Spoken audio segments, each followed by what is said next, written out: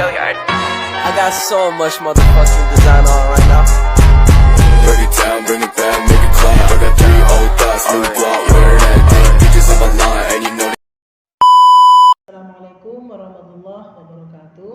Waalaikumsalam warahmatullahi wabarakatuh. Alhamdulillah, kembali lagi dengan saya pembawa acara pada podcast kita dalam YouTube Perbandingan Mazhab dan Hukum AK23. Oke teman-teman sekalian, sebelum kita memulai podcast kita dengan tema yang begitu menarik dan luar biasa bagi saya seorang pembawa acara, yaitu di mana kita akan membahas tentang stratifikasi politik nasional di Indonesia. So, sebelum itu marilah kita bersyukur kepada Allah dengan mengucapkan Alhamdulillahirrabbilalamin. Marilah kita bersalawat kepada baginda Nabi Muhammad dengan mengucapkan Allahumma sholli ala sayyidina Muhammad wa ala alihi sayyidina Muhammad.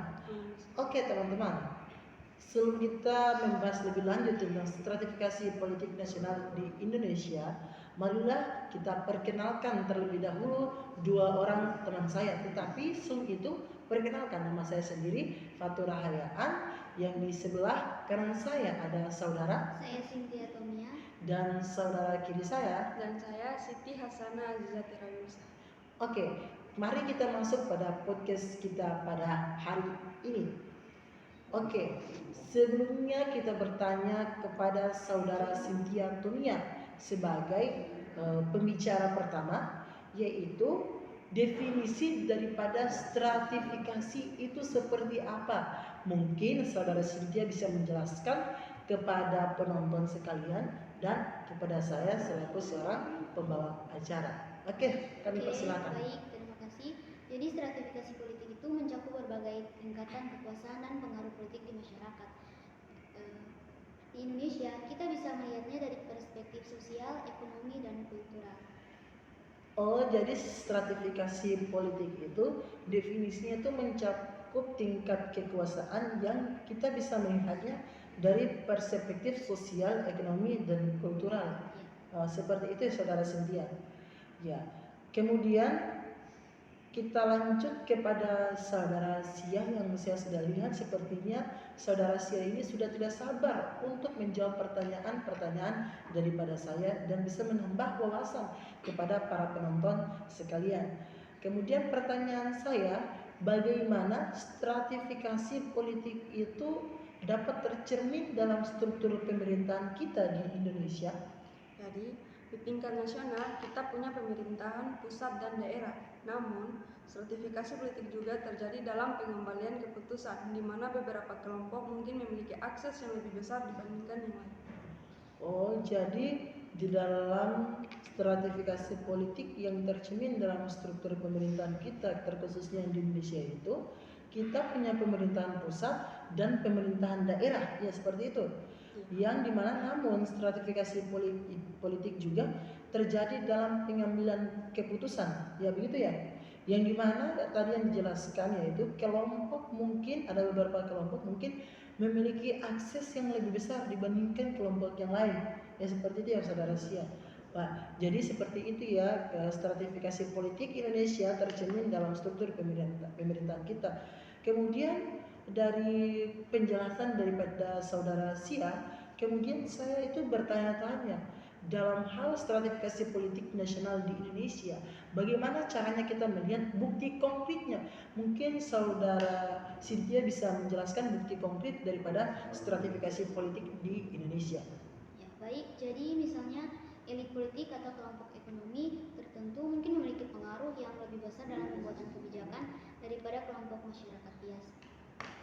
Wah, jadi seperti itu ya, yang dimana yang penjelasan daripada saudara Cynthia ini stratifikasi politik itu contoh konkretnya yang ada di Indonesia, yaitu elit politik tertentu itu yang memiliki kemampuan ekonomi dapat berpengaruh lebih besar daripada kelompok ekonomi yang terjadi pada masyarakat biasa seperti itu.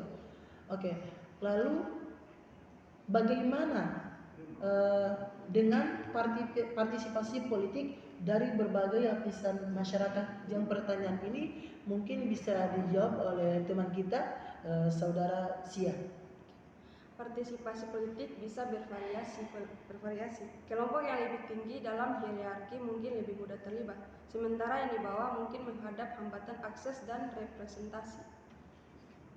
Wah, dari jawaban daripada saudara Sia ini, yaitu kelompok yang lebih tinggi dalam hierarki mungkin lebih mudah terlibat, ya seperti itu. Sementara yang di bawah mungkin menghadapi hambatan akses dan representasi. Oh, jadi seperti itu ya partisipasi politik dari berbagai lapisan masyarakat, yang dimana masyarakat biasa itu menghadapi hambatan akses dan representasi dalam partisipasi politik ini, seperti itu ya. Oke, menarik sekali ya jawaban daripada saudara Sia ini. Lalu kira-kira bagaimana dampak stratifikasi politik di Indonesia?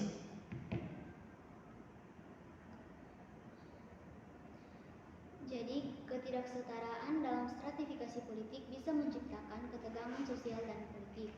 Penting bagi kita untuk mencari solusi yang inklusif dan memastikan setiap lapisan masyarakat memiliki kesempatan yang adil. Itu salah satu dampak. Wah, jadi stratifikasi politik itu sangat penting untuk memahami dinamika ini ya di dalam politik Indonesia. Oke, jadi seperti itu ya pembahasan daripada saudara Cynthia dan juga saudara Sia, yang dimana stratifikasi itu sangat penting untuk memahami dinamika stratifikasi politik Indonesia, betul tidak? Seperti itu kira-kira. Oke, seperti itu kira-kira yang bisa dijelaskan oleh saudara Cynthia dan saudara Sia. Mungkin teman-teman apabila ingin menanggapi daripada pembahasan podcast kita, kami tunggu saran dan kritikannya di kolom komentar di bawah ini. Dan terima kasih telah bergabung dalam diskusi ini, dan juga terima kasih kami sampaikan kepada teman-teman kita yang begitu sangat luar biasa, yaitu ada saudara Cynthia Tomia dan saudara Sia Trawalisa. Oke, jadi saya sebagai seorang pembawa acara pada moderator hari ini dalam judul podcast stratifikasi politik nasional di Indonesia, bisa saya tarik kesimpulan daripada pembahasan kita pada siang ini, yaitu pembahasan dari stratifikasi politik nasional Indonesia tadi menggambarkan bahwa stratifikasi politik di Indonesia mencakup berbagai aspek dari struktur pemerintahan hingga partisipasi masyarakat. Dampaknya dapat menciptakan ketidaksetaraan dan perlu upaya inklusif untuk menjaga stabilitas politik. Terima kasih telah mengikuti podcast kita pada hari ini. Sampai jumpa di episode berikutnya. Saya sebagai pembawa acara memohon maaf yang sebesar-besarnya kepada teman-teman sekalian dan penonton sekalian. Semoga apa yang kita jelaskan dan dijelaskan oleh saudara Sia dan saudara Cynthia bisa menambah wawasan kepada saya khususnya dan kepada teman-teman sekalian pada umumnya. Terima kasih. Saya akhiri. Ihdinas siratal mustaqim. Assalamualaikum warahmatullahi wabarakatuh.